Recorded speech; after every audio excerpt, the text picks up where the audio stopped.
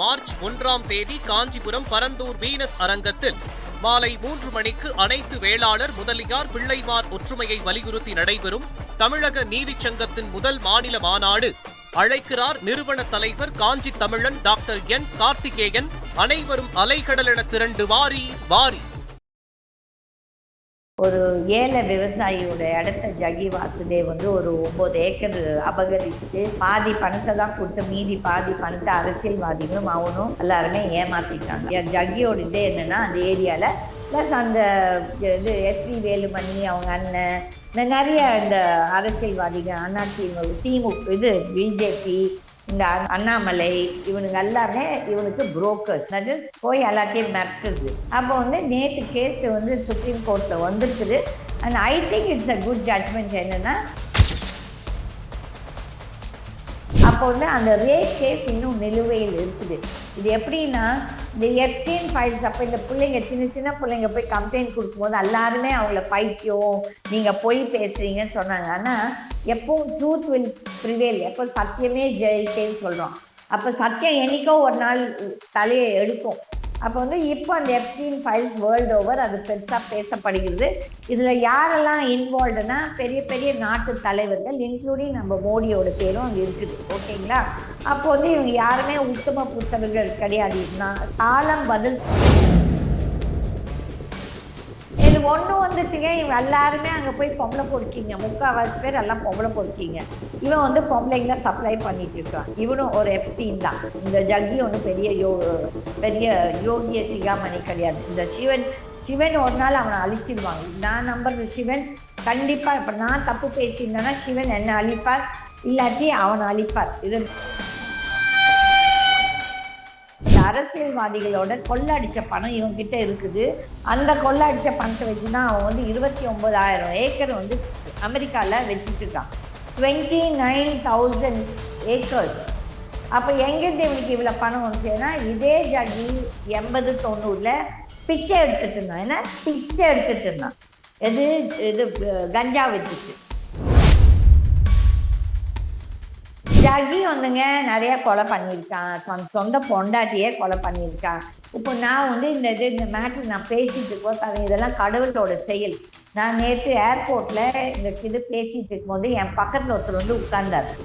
அதுக்கப்புறம் அவர் நடுவில் சொன்னார், நான் பேசலாமான்னு. நான் தெலுங்கில் பேசிகிட்டு இருந்தேன். அப்போ அவரும் தெலுங்குக்காராக இருக்குது. அப்போ அவர் என்ன சொன்னார், எங்கள் மாமனார் ஒரு பெரிய கிரிமினல் லாயர் திருச்சியில் அவர் இப்போ இறந்துட்டாரு. இந்த ஜக்கி கொலை பண்ண அப்புறம் அங்கே தான்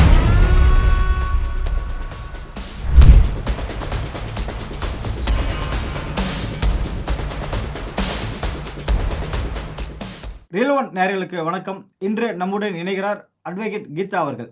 வணக்கம் மேடம். வணக்கம். அண்ட் ரியல் ஒன் நேயர்ஸ்க்கும் வணக்கம். சுப்ரீம் கோர்ட்டில் ஜக்கியோட கேஸ் வந்திருக்கு. அந்த கேஸோட அடுத்த கட்ட நடவடிக்கை என்ன மேடம்? எதுக்காக அந்த கேஸ் சுப்ரீம் கோர்ட்டில் நிலுவையில் இருக்கு? நீங்கள் என்னோட காணொலி பார்த்தீங்களோ தெரியாது, கீதா டிவியில் நான் பண்ணியிருந்தேன். இந்த மாதிரி ஒரு ஏழை விவசாயியோட இடத்த ஜகி வாசுதேவ் ஒரு 9 ஏக்கர் அபகரிச்சுட்டு பாதி பணத்தை தான் கொடுத்து மீதி பாதி பணத்தை அரசியல்வாதிகளும் அவனும் எல்லாருமே ஏமாத்திட்டாங்க. அவங்கெல்லாம் பெரிய பணக்காரர்கள் கிடையாது, அவங்களுக்கு பெரிய பக்கபலம் கிடையாது. அங்கெல்லாம் அவங்க ஹைகோர்ட்டுக்கு போயிருக்கிறாங்க. ஸ்டேட் கவர்மெண்ட்டை சேலஞ்ச் பண்ணி எப்படி ஒரு சர்டிஃபிகேட் கொடுக்கலாம். இந்த ஸ்டேட் கவர்மெண்ட், தமிழ்நாடு கவர்மெண்ட் இவ்வளோ பேசுறதுல சனாதனத்தை பற்றி பிஜேபி எதிர்க்கிறோம். அப்போ எதுக்கு ஜக்கியோட கையை கோத்திட்டு இருக்கீங்க? அப்போ இதெல்லாம் ஒரு பொய் நாடகம் தானே. அந்த பொல்யூஷன் போர்டு ஒரு சர்டிஃபிகேட் கொடுத்துருக்குது கோர்ட்ல. இந்த மாதிரி 90 கிலோமீட்டர்ஸ், தட் இஸ் 90 மீட்டர்ஸ்னா ஃபீட், தட் இஸ் அடியில் 297 அடி இருக்கணும். Will round it off to 300 அடி. 300 அடிக்கு எந்த ஒரு வீடும் இல்லைன்னு சொல்லி இந்த ஸ்டேட் கவர்மெண்ட்ல இந்த பிரசிடென்ட்டு, தாசில்தாரு, இந்த கலெக்டரு இவனுங்க எல்லாம் சேர்ந்து ஒரு சர்டிஃபிகேட் கொடுத்துருக்காங்க. அந்த சர்டிஃபிகேட் படி இந்த ஹைகோர்ட் அவரோட கேஸை நிராகரிச்சிருச்சு. இந்த மாதிரி எந்த ஒரு வீடும் இல்லைன்னு சொல்லிட்டு. ஆனால் இவங்க வீடு 30 to 50 அடிக்குள்ளார தான் இருக்குது. அப்போ அவங்கெல்லாம் ஏழை விவசாயிகள், அவங்களுக்கெல்லாம் பெரிய செல்வாக்கெல்லாம் கிடையாது. அப்போ அவங்க இது பண்ணப்போ இந்த மெட்ராஸ் ஹைகோர்ட் அதை டிஸ்மிஸ் பண்ணி அதை சுப்ரீம் கோர்ட்டுக்கு எடுத்துகிட்டு போனாங்க.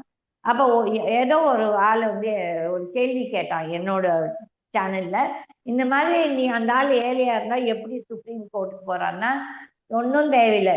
தட் இஸ் யாரோ ஒரு கடவுள், யாரோ ஒரு பகவான் மாதிரி யாரோ ஒருத்தர் வந்து அவங்களுக்கு துணை நிற்பார். அப்போ வந்து சுப்ரீம் கோர்ட்டுக்கு போகும்போது பிரசாந்த் பூஷன் வந்து அந்த கேஸ் வந்து பிஐஎல் ஃப்ரீயாவா பண்ணார். அவர் வந்து காசு வாங்கல. அப்போ வந்து இங்க மெட்ராஸ் ஹைகோர்ட்ல இருந்து ஒரு வக்கீல் எடுத்துட்டு போய் அங்க கேஸை வந்து ஃபைல் பண்ணியிருக்காங்க. நம்பர் ஆச்சு. நம்பர் ஆகி இவ்வளவு நாளா அந்த கேஸ் வந்து லிஸ்ட் ஆகாம வச்சுட்டு இருந்தாங்க. அப்போ வந்து இந்த லிஸ்டிங்க்கு வந்து நான் வந்து அவங்களுக்கு ஹெல்ப் பண்ணேன். நான் வந்து அதுல பொய்யே சொல்ல மாட்டேன். நான் வந்துட்டு கடவுள் கிட்ட தான் வேண்டிட்டேன். கடவுளே இவங்களுக்கு ஏதோ ஒரு விதத்துல லிஸ்ட் அந்த லிஸ்டும் ஆச்சு. ஓகே, எப்போ லிஸ்ட் ஆச்சுன்னா இன்னைக்கு நேத்துக்கு on Saturday the case was listed and it came. அந்த கேஸ் வந்து சீஃப் ஜஸ்டிஸ் முன்னால வந்திருக்குது. அப்போ நேற்று தேர்ஸ்டே புதன்கிழமை ஜக்கிக்கு தெரிய வந்தோடனே ஒரே தாயா தாக்கான்னு ஆடி இருக்கிறான். எப்படி இந்த கேஸ் லிஸ்ட் ஆச்சு, நம்ம வந்து இவ்வளவு பணம் செலவு பண்ணி வச்சிருக்கிறோம்ல, எப்படி வந்து இந்த கேஸ் லிஸ்ட் ஆக விட்டீங்கன்னு சொல்லி அவங்க ஆளுங்களெல்லாம் திட்டி குதிச்சு ஆடி எல்லாம். அதுக்கப்புறம் நேற்று என்ன பண்ணிருக்காங்க, இந்த கேஸ் எப்படியோ டிஸ்மிஸே பண்ணணும், தட் இஸ் சிஜே கேட்காமையே அந்த கேஸை டிஸ்மிஸ் பண்ணணும்னு சொல்லி எல்லாம் அவனுக்கு முடிஞ்ச செல்வாக்கு. ஏன்னா அந்த ஆள் வந்து ஜட்ஜஸ்க்கெல்லாம் கிளாஸ் எடுக்கலாம், யோகா கிளாஸ். யாரு? இந்த ஜக்கி. அது என்ன யோகா எடுக்கிறானோ தெரியல. அந்த ஜட்ஜஸ்க்கு என்ன யோகா பத்தி தெரியுமோ எனக்கு தெரியல. நிறைய பேர் ஜக்கி சொல்லி கொடுத்த யோகாவை பண்ணிட்டு செத்து போயிருக்கவங்க நிறைய பேர் இருக்கிறாங்க. ஆனா இதை பத்தி யாருமே பேசுறது இல்லை. அப்போ வந்து அந்த சுப்ரீம் கோர்ட்லயே வந்து இந்த ஜட்ஜஸ் யாரெல்லாம் இவனுக்கு ஸ்டூடெண்டா இருந்தாங்களோ அவங்கள இந்த கேஸ்ல இருந்து ரெக்ளூஸ் ஆகணும். பட் அதை செய்யறது இல்லை. ஆனா சீஃப் ஜஸ்டிஸ் வந்து ஒரு கொஞ்சம் நேர்மையான ஒரு சீஃப் ஜஸ்டிஸ். கடவுள் புண்ணியத்துல எங்களுக்கு வந்து ஒரு நல்ல சீஃப் ஜஸ்டிஸ் நம்மளுக்கு வந்திருக்காங்க. ஓகே, அப்போ வந்து அவர் கேஸை கேட்டுட்டு அவர் என்ன சொல்லியிருக்காரு, இவங்க ஏழைகளா இருக்கிறதுனால நான் இந்த ஒரு இதுக்காக அவங்க வந்து ரொம்ப பெரிய ரொம்ப பக்தி அந்த ஸ்ப்ரெட் பண்றாங்க. இந்த ஜக்கி வந்து பக்திமானமா அதெல்லாம் என்ன தீர்ப்பு கொடுத்துருக்காருன்னா, அவங்களுக்கு வந்து லேண்டு வீடு பிளஸ் காம்பன்சேஷன் டு தி அந்த பெட்டிஷனரோட சாட்டிஸ்ஃபேக்ஷன். தட் இஸ் அந்த பெட்டிஷனர் ஒத்துக்கிட்டா அந்த அமௌண்ட் அந்த இதெல்லாம் அவங்க சாட்டிஸ்ஃபேக்ஷன் செய்யணும்னு சொல்லி ஒரு தனி நீதி அரசர், that is retired Madras high court ஜஸ்டிஸை வந்து ஆர்பிட்ரேஷனுக்கு போட்டிருக்காரு. Returnable in 6 weeks, that is 6 வாரத்துக்குள்ள அவங்க வந்து திருப்பி அவருக்கு ரிப்போர்ட் போகணும்னு சொல்லி. அயல் அவர் ஒன்றும் நிராகரிக்கல. அவர் வந்துட்டு நியாயமா தான் பண்ணியிருக்காரு. தட் இஸ் ஏன்னா ஒரு நபர் தான் போயிருக்காங்க. ஆனா இந்த மாதிரி நிறைய பேர் பாதிக்கப்பட்டிருக்காங்க. பட் என்ன அன்பார்ச்சுனேட் இதுன்னா, அவங்க யாருக்குமே தைரியம் இல்லை. ஏன்னா அவன் வந்து ஆளுங்களை ரவுடிஸ் அனுப்பிச்சு அவங்கள எல்லாம் மிரட்டுவான். ஜக்கியோட இதே என்னன்னா அந்த ஏரியால பிளஸ் அந்த இது எஸ்வி வேலுமணி அவங்க அண்ணன் இந்த நிறைய இந்த அரசியல்வாதிகள் திமுக இது பிஜேபி இந்த அண்ணாமலை இவனுங்க எல்லாமே இவனுக்கு புரோக்கர்ஸ். தட் இஸ் போய் எல்லாத்தையும் மிரட்டுறது. அப்போ வந்து நேற்று கேஸ் வந்து சுப்ரீம் கோர்ட்ல வந்திருக்குது. And I think it's a good judgment. என்னன்னா சீஃப் ஜஸ்டிஸ் வந்து பொறுமையா கேட்டிருக்காரு. பொறுமையா ஒரு இது அவர் ஒன்றும் டிஸ்மிஸ் பண்ணல. பட் இவன் என்ன பிளான் பண்ணிருந்தா வந்து சீஃப் ஜஸ்டிஸ் வந்து டிஸ்மிஸ் பண்றதுக்காக குதிச்சிட்டு இருந்திருக்காங்க. அதுக்குதான் அவன் வந்து முகுல் ரஸ்தோகின்னு சொல்லி ஒரு பிஜேபி லாயர் தான் ஈஷாக்கு அப்பியர் ஆயிருக்காங்க. தமிழ்நாட்டுக்கு யார் அப்பியர் ஆனான்னு தெரியல. இந்த கேசஸ் ஆன் தமிழ்நாடு கவர்மெண்ட். அப்போ தமிழ்நாடு கவர்மெண்ட் எப்பேற்பட்ட ஒரு அயோக்கிய கவர்மெண்ட் என்னன்னா, இதே பிடிஆர் அவங்க மந்திரி வந்து இதே ஜக்கியை பத்தி எவ்வளவு இதெல்லாம் இன்னும் இருக்குது, இந்த காணொலிகள் எல்லாம் இருக்குது எவிடன்ஸா. அப்போ வந்து அந்த பிடிஆரும் இந்த ஜக்கியை பத்தி தப்பு இல்லை, உண்மையை பேசியிருக்காரு. தட் இஸ் அவர் அயோக்கியன்னு சொல்லிட்டு. அப்போ வந்து இந்த தமிழ்நாடு கவர்மெண்ட் சனாதனத்தை ஒழிப்பேன்னு சொன்னா அப்ப ஏன் அந்த ஜக்கியை ஒழிக்க முடியல? அப்ப இவனுக்கு எல்லாருமே அயோக்கியம். இப்ப நீங்க சொல்றீங்கல்ல எப்படி வந்து துர்கா ஸ்டாலின் எல்லாருமே வந்து ஒரே குட்டையில் ஊர்ன மட்டைகள். ஓகே, திருட்டு நாட்டை மக்களை ஏமாத்திட்டு இருக்காங்க. ஆனா மை ஒன்லி இது சந்தோஷம் என்னன்னா, எப்படியோ அட்லீஸ்ட் சீஃப் ஜஸ்டிஸ் கேட்டிருக்காரு. இன்னும் 6 வாரத்துக்குள்ளார இந்த ரிப்போர்ட் அவருக்கு போகணும். அதுக்குள்ளார இன்னும் நிறைய பாதிக்கப்பட்ட மக்கள் வந்து இப்பதான் கொஞ்சம் முன்னுக்கு வராங்க. தட் இஸ் நாங்களும் கேஸ் போடுறோம்னு சொல்லிட்டு இன்னும் எவ்வளவு பேர் இவங்களை போய் மாற்றுவாங்க நம்மளுக்கு தெரியாது. இதெல்லாம் நடந்துட்டு இருக்கும் போது நேற்று என்ன பண்ணிருக்கிறான், அண்ணாமலை தன்னோட சிஷ்யனை ஒருத்தனை வச்சு இந்த ஒரு லேடி வந்து ஒரு அம்மாவோட பையனை வந்து அதே ஸ்கூல்ல வந்து மொலஸ்ட் பண்ணியிருக்காங்க. அந்த கேஸ் இப்போ நம்ம ஹைகோர்ட்ல இருக்குது, எஃப்ஐஆர் போட்டிருக்காங்க. அந்த பெண் கற்பழிச்சிருக்காங்களே ஒரு சின்ன பொண்ணு, அந்த கேஸ் மட்டும் எஃப்ஐஆர் போடல கோயம்புத்தூர் போலீஸ், அதை அப்படியே நிராகரிச்சுட்டாங்க. ஆனா அந்த அம்மா, அந்த பொண்ணோட அம்மா வந்து ரேப் ஆனது வந்து அமெரிக்கா கோர்ட்ல வந்து டென்னசி கோர்ட்ல வந்து டென்னசி ஸ்டேட்ல வந்து கவுண்டி கோர்ட்ல வந்து கேஸ் நிலுவையில் இருக்கு. அப்ப இந்த ஜட்ஜி என்ன பண்ணிருக்கான், அந்த கேஸுக்கு வந்துட்டு ஒரு மான நஷ்ட ஈடு கேஸ் அந்த அம்மா மேல போட்டிருக்காங்க. அந்த லேடி, அவங்க இந்தியன் ஒரிஜின் அந்த அம்மா. அப்ப வந்து அவங்க மேல போட்டோன்னா அவங்க எல்லாம் நடுத்தர குடும்பங்கள், அவங்க வீட்டுல மில்லியன்ஸ் ஆஃப் டாலர்ஸ் எல்லாம் கிடையாது.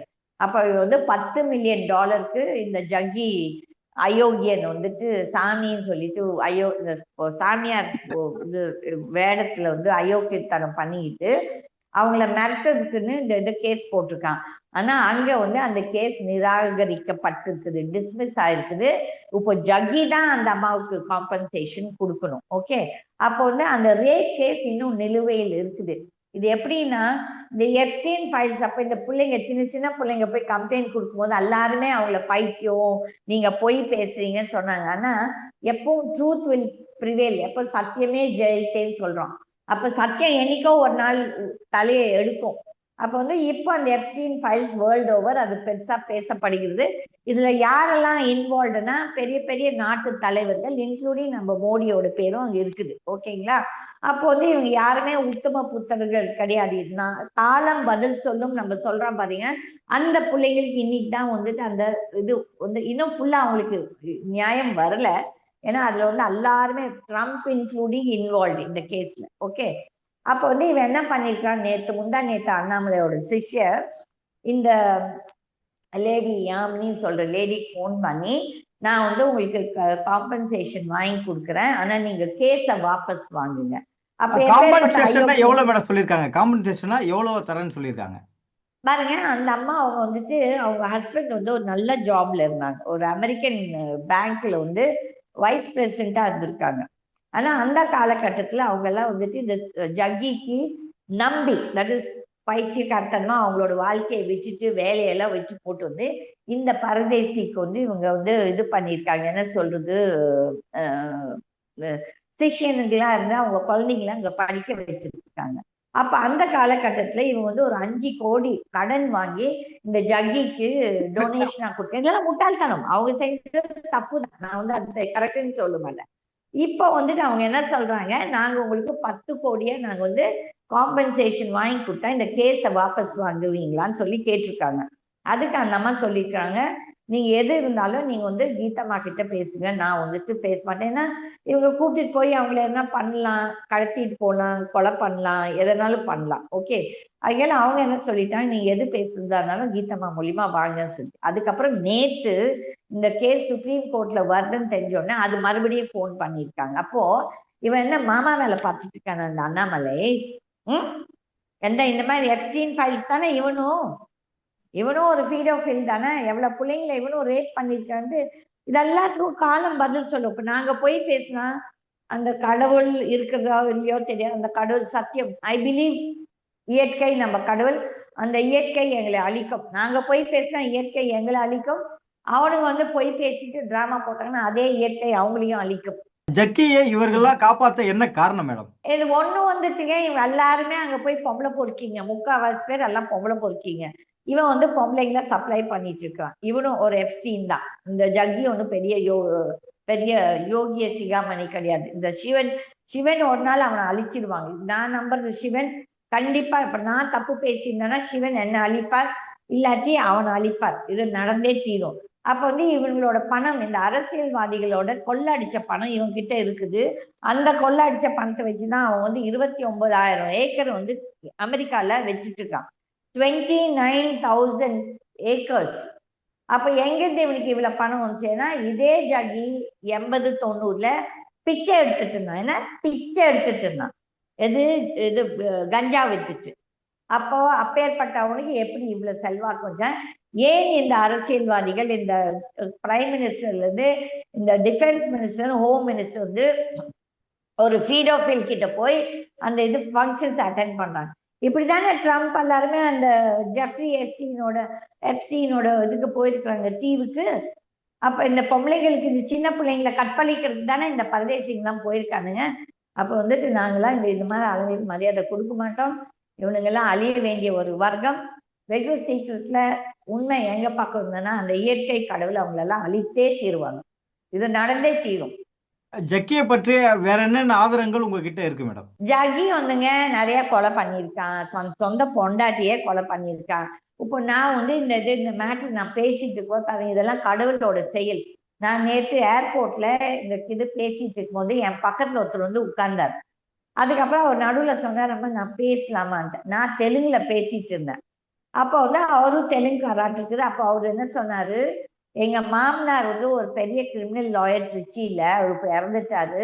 இந்த ஜக்கி கொலை பண்ண அப்புறம் அங்கதான் எங்க மாமனார் கிட்ட தான் அந்த கேஸ்க்கு வந்தாங்க காப்பாத்தி விட சொல்லின்னு. அப்போ கடவுள் யாரோ ஒருத்தர் என்ன பக்கத்துல உட்காந்து, எனக்கு என்ன நான் விரும்பியா நான் போய் அந்த ஆள் வந்து என் பக்கத்துல உட்கார்ந்தாரு. அப்ப எதுக்கு இந்த தகவலை கொடுக்கணும்? அப்ப எல்லாத்துக்கும் ஏதோ ஒரு தகவல் இருக்கிறது. ஆனா என்னன்னா எல்லாத்துக்கும் பயம். நம்ம பேசினான்னா நம்மள எதுனா பண்ணிடுவாங்க. ஏன்னா அவனுக்கு வந்து அரசியல் செல்வாக்கு இருக்குது. இந்த அரசியல் செல்வாக்கு எப்படி இருக்குது? இந்த பெண் குழந்தைங்களை வந்துட்டு கற்பழிச்சு இதெல்லாம் இந்த பாவம் வந்து ஜென்மத்துக்கும் விடாது. என்னன்னா இப்போ வந்து அவன் பொண்ணு மட்டும் கல்யாணம் பண்ணிட்டு நல்லா இருக்கணும்னு அவன் நினைக்கிறான். ஆனா அதே இது அந்த காமராஜோட பொண்ணு இருக்கட்டும், அவங்களே விரும்பி சன்னியாசி ஆயிட்டாங்கன்னா அப்ப நீ என்ன சொல்ற அர்த்தம்? அவங்களுக்கு நீ டிட்டாச் ஆயிடு, நீ வந்து பாச பந்தம் எல்லாம் வச்சுக்கணும். அப்ப உன் பிள்ளைய மட்டும் நீ அங்க வச்சுட்டு டான்ஸ் ஆடிட்டு பொட்டு வச்சுக்கிட்டு நீ டான்ஸ் ஆடி, அப்ப அந்த காமராஜ் ப்ரொஃபஸருக்கு எவ்வளவு அவங்க குழந்தைங்க அப்படி இருக்கணும்னு அவங்க நினைப்பாங்க. அப்போ வந்து இந்த இந்த அரசியல்வாதிகள், இந்த ஜுடிஷியரி விச் இஸ் வாட்சிங் அண்ட் இந்த சாமியார்கள், போலி சாமியார்கள், இவங்க பின்னால ஓடும் மக்கள். இப்ப நேத்தே என்னோட படிச்ச பிள்ளைங்க எல்லாம் என்னோட ஃப்ரெண்ட்ஸ், கீதா உனக்கு எதுக்கு கீதா இது வந்ததுக்கெல்லாம் நீ போறேன்னா, அப்ப எல்லாருமே இந்த சுயநலத்துல வந்து நான் எதுக்கு இதை போராடணும்னு நினைக்கிறாங்க. இப்ப இந்த போராட்டத்தினால நாங்க 5 பைசா சம்பாதிக்க போறது இல்லை. ஆனா எங்கேயோ ஒரு மனுஷனுக்கு நியாயம் கிடைக்கும். பாதிக்கப்பட்ட வர்க்கம். நடப்பு நிகழ்வுகள் குறித்து பல்வேறு கருத்தில் மிக்க நன்றி மேடம்.